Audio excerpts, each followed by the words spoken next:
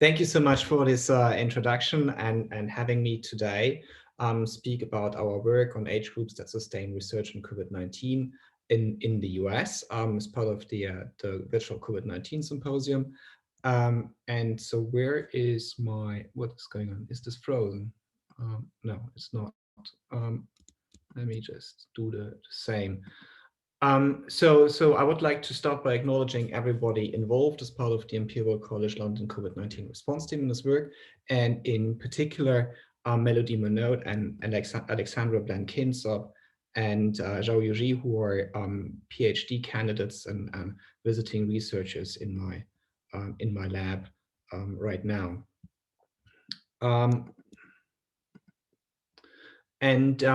Just for full disclosure, the work that I'm presenting today has appeared in Science earlier in February, so you can read up the details if you like. And in all the data that I'm going to present and the code are also publicly available online. And so what got us started to with this project?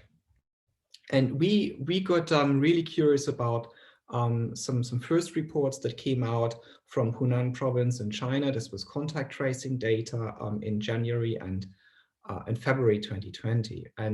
And so this was an analysis into susceptibility of individuals in different age groups, so especially children, to COVID-19 infection upon exposure to an infectious contact.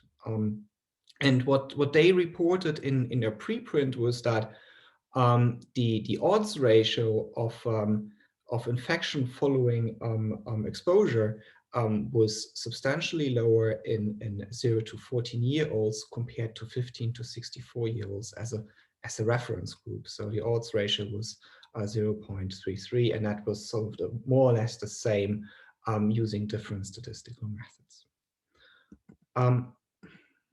And then, as you all know, like these sort of findings were then further on observed again and again. And this is a meta-analysis published by Weiner and colleagues in JAMA Pediatrics. I think that came out in October 2020. So they were looking at the odds of infection following exposure relative to a reference group of adults aged 20 and above.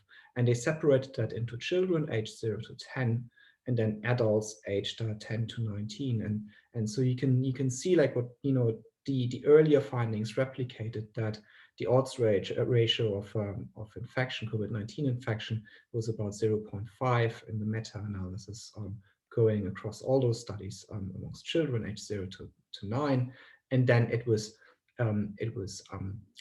not statistically significant amongst adolescents aged 10 to 19, but some indication that it could also be, susceptibility could also be reduced amongst adolescents.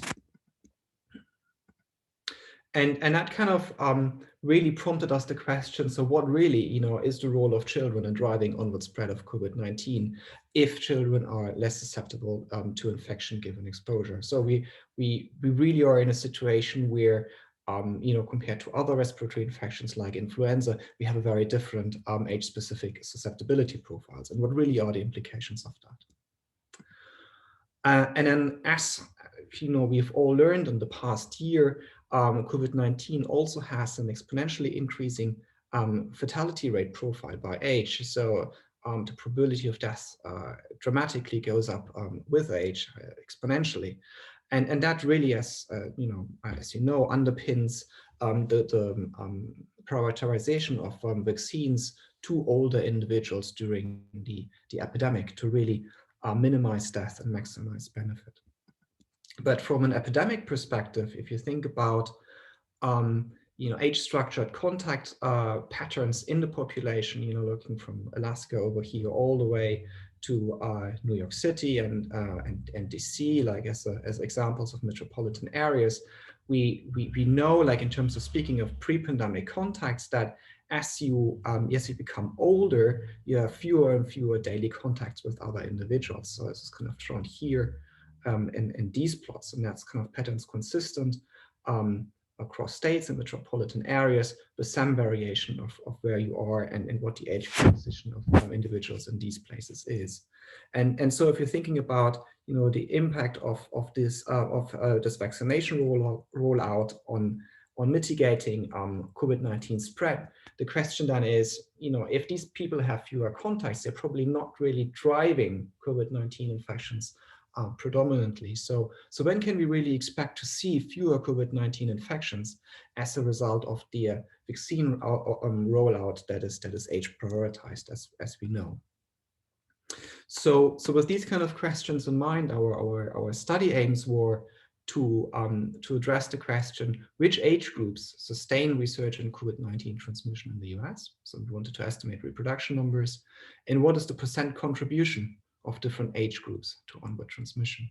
And we wanted to look at before and after school closure. Mandates were lifted in across the US just to capture some of the geographical heterogeneity that we're all aware of. And the study period was March 2020 to October 2020. So how did we approach this? So, imagine like I am an infected individual, I'm aged maybe 45, and then I have very characteristic contacts with people that have a characteristic age profile. And then some of them will be infected and experience death. And so given the distribution of infected individuals who are the sources of infection, I'm expecting to see a very characteristic age-specific death profile that is emerging, simply because I'm transporting my sources through the contact network, and then the accumulating infections and deaths. So I can think about it going backwards, looking at the age-specific death profile. I can work out the sources of infection if I have a good idea of the contact matrix at a certain time, at certain time points. So that was our study rationale. And this is why we started to collect age-specific COVID-19 death data very early on in the pandemic.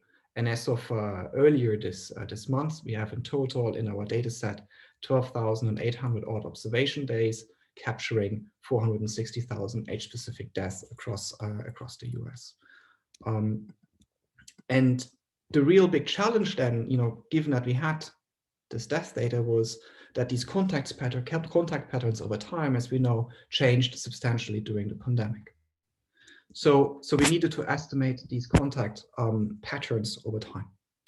And we got in touch with Foursquare, which is a tech company in actually New York City, to derive mobility trends that are derived from cell phone geolocation data.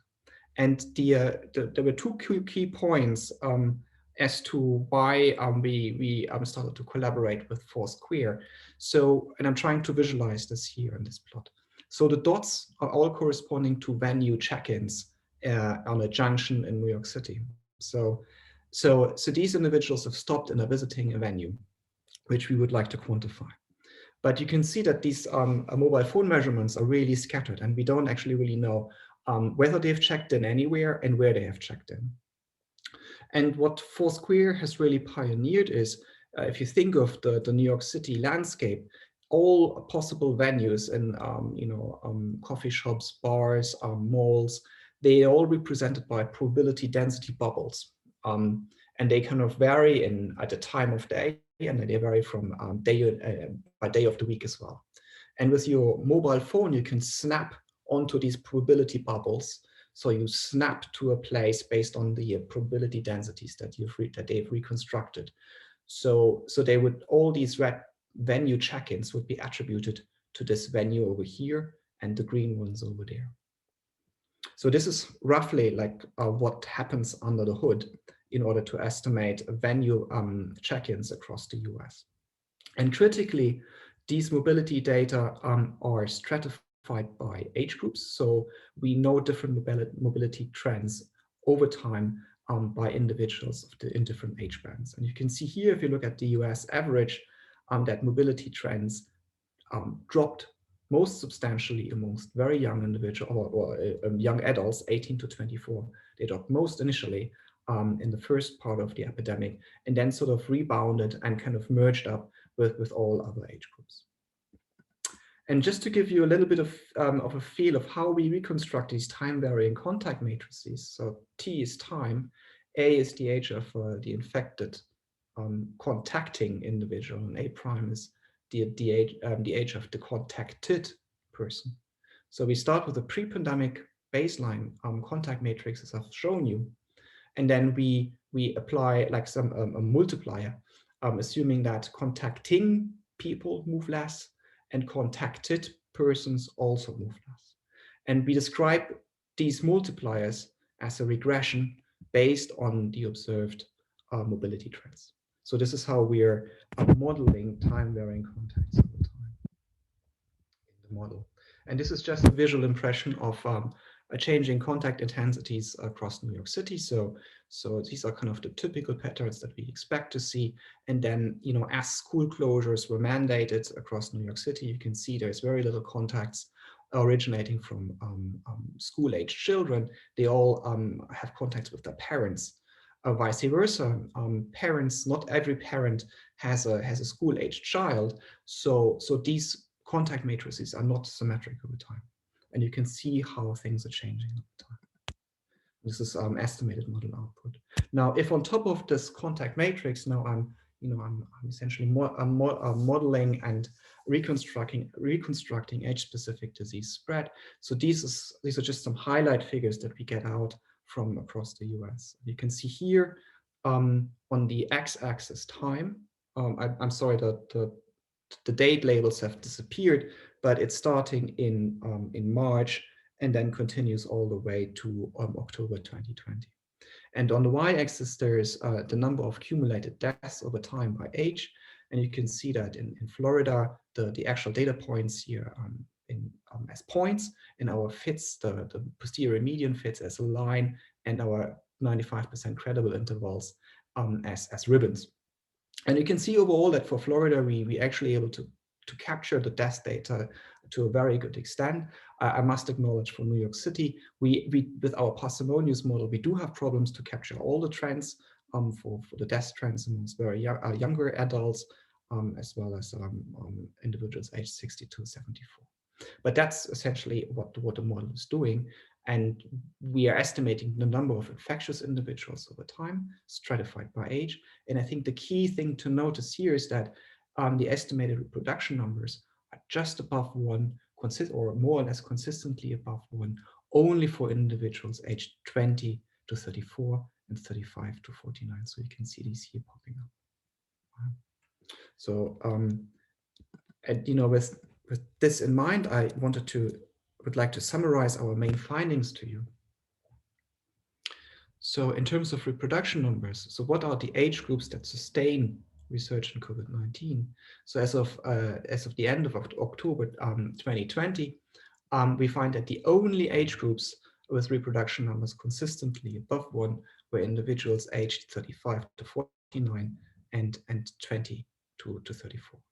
And the primary inferred mechanism from the model to these findings is that these adults aged 20 to 49, they naturally have the most contacts with similarly aged adults. And really the key distinction to, say, pandemic influenza is that these individuals also have higher susceptibility to COVID-19 infection compared to younger age groups. So really, like, if you have contacts with those individuals, they are also more susceptible. So this is really what's driving the spread from younger adults aged 20 to 49. And in addition to that, we have rebounding mobility trends since mid-April 2020. So the situation hasn't gotten better over time. And you can see this here in the figure where black represents the probability that reproduction numbers are above 1. And different age groups here on the y-axis. And visually, you can see that these patterns are pretty much consistent, regardless of where you are in the US. Although there are some relatively small variations around that. So this was quite an astonishing finding, that it's pretty much the same story, despite the very heterogeneous COVID-19 epidemics across the US. So in terms of percent contribution of age groups to resurgent COVID-19, what did we find? So we find that at least 65 out of 100 COVID-19 infections originate from individuals that are aged 20 to 49. And so these are really the only age groups that are driving spread disproportionately relative to their share in the population that is shown here with these black bars. And this is as of October 2020. It was just October 2020, after school closure mandates were lifted. And there is, like, I wanted to highlight this because I'm speaking to the New York City crowd. We do find variation in the contribution of spread of 20 to 34-year-olds. So yellow shows higher contribution of 20 to 34-year-olds across states. And you can see there is generally like higher contributions more in the south and in southeast of the US. But importantly, and this is what I wanted to highlight, as soon as you get into metropolitan areas, younger adults aged 20 to 34, according to our modeling and data, really are like larger drivers of transmission compared to slightly older young adults, 35 to 49. Okay, so we also had the benefit, rather than just making forecasts about the impact of school reopenings, when we were invited to resubmit the paper, we had the benefit that we could look at past data until October 28th, 2020. And so we were able to estimate the shifts in the contribution of age groups to COVID-19 spread after partial school reopening across the US. And for this exercise, into this exercise, we also included number of cases reported from school settings across the US. So what we estimate is that reproduction numbers in the first 2.5 months after opening were certainly below 1 across children aged 0 to 9, but also for teens aged 10 to 19. So the estimated reproduction numbers are around 0.5 for children and 0.73 for teens. However, since children still seed infections in more transmission deficient adults, they go home, they may interact with their teachers, and so forth. So ultimately, because there's still seeding infections, we find that school reopening was indirectly associated with an estimated 25% of increase in COVID-19 infections overall. As you can see here in this figure, how our fits to the daily number of cases. So this is really, we have data up to the very end, and we do our fits in blue until the time when school closures were no longer mandated, and then fit with the red line. And the counterfactual scenario, assuming that schools would have remained closed, is shown here in black, and you can literally see what a modest impact we estimate school reopenings had on the future spread of COVID-19. I wanted to put these final findings a bit more into context.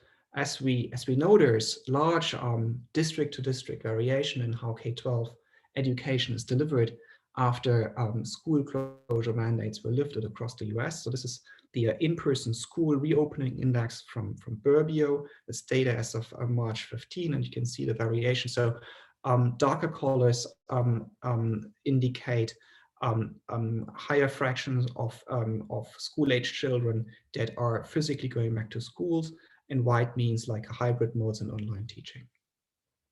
And so what we estimate, the model that estimates a modest impact on school reopening, and that really reflects a combination of factors. So it is, to one part, reduce susceptibility to infection among school-aged children, but also all these existing mitigation measures taken together. So mixed mode delivery, universal face mask use, increased room air ventilation, and so on. So what we are estimating is not just based on age-specific differences in susceptibility, but also taking existing mitigation measures into account. So if I had to summarize our study and our findings in one slide, I would say the following. I would say that unlike, and I really want to make the distinction to pandemic influenza, is like unlike pandemic influenza, it's adults 20 to 49 that account for at least 65 out of 100 COVID-19 infections in the US, with very modest contribution from children aged 0 to 9, less than 5%, and less than 10% from teens aged 10 to 19. And again, unlike pandemic influenza, school reopening, we find, is not associated with substantial increases in COVID-19 spread. And again, unlike pandemic influenza, and I think this is what most of us already agree on, is that vaccinating less than 20-year-olds would not be making efficient use of limited vaccine supply to maximize benefit and prevent deaths amongst older high-risk individuals. And just to kind of close on this, I think, like, for me, these two parts really go together and speak to the same underlying mechanism, which is really like limited disease spread from children. And so the indirect benefits that we expect to see in terms of vaccinating school-age children are very limited compared to unlike pandemic influenza. And that is essentially the same as school closures. So in a way, if you're a proponent of vaccinating older individuals to minimize deaths and maximize benefit, at the same time, I think you'd also be leaning towards school reopenings. At least that's how I'm thinking in my mind. So with that, I'd like to conclude. Thank you for listening, especially all those who collaborated with us on data acquisition and data provision, Foursquare, Emodo, the data made available by the US Departments of Health through their websites, as well as the STAN dev team, which is to a large extent based at Columbia, Imperial for computing resources, Microsoft Azure, as well as our funders. Thanks very much. Thank you very much, Oliver. If I could lead off with a question while people get ready to raise their hands. Can you comment on whether you're able to provide a quantitative description of the effects that major US holidays had on both mobility and the spikes in infection? I'm thinking particularly of Thanksgiving and Christmas, and whether you can comment on that. Yeah, no, I mean, that's an interesting question.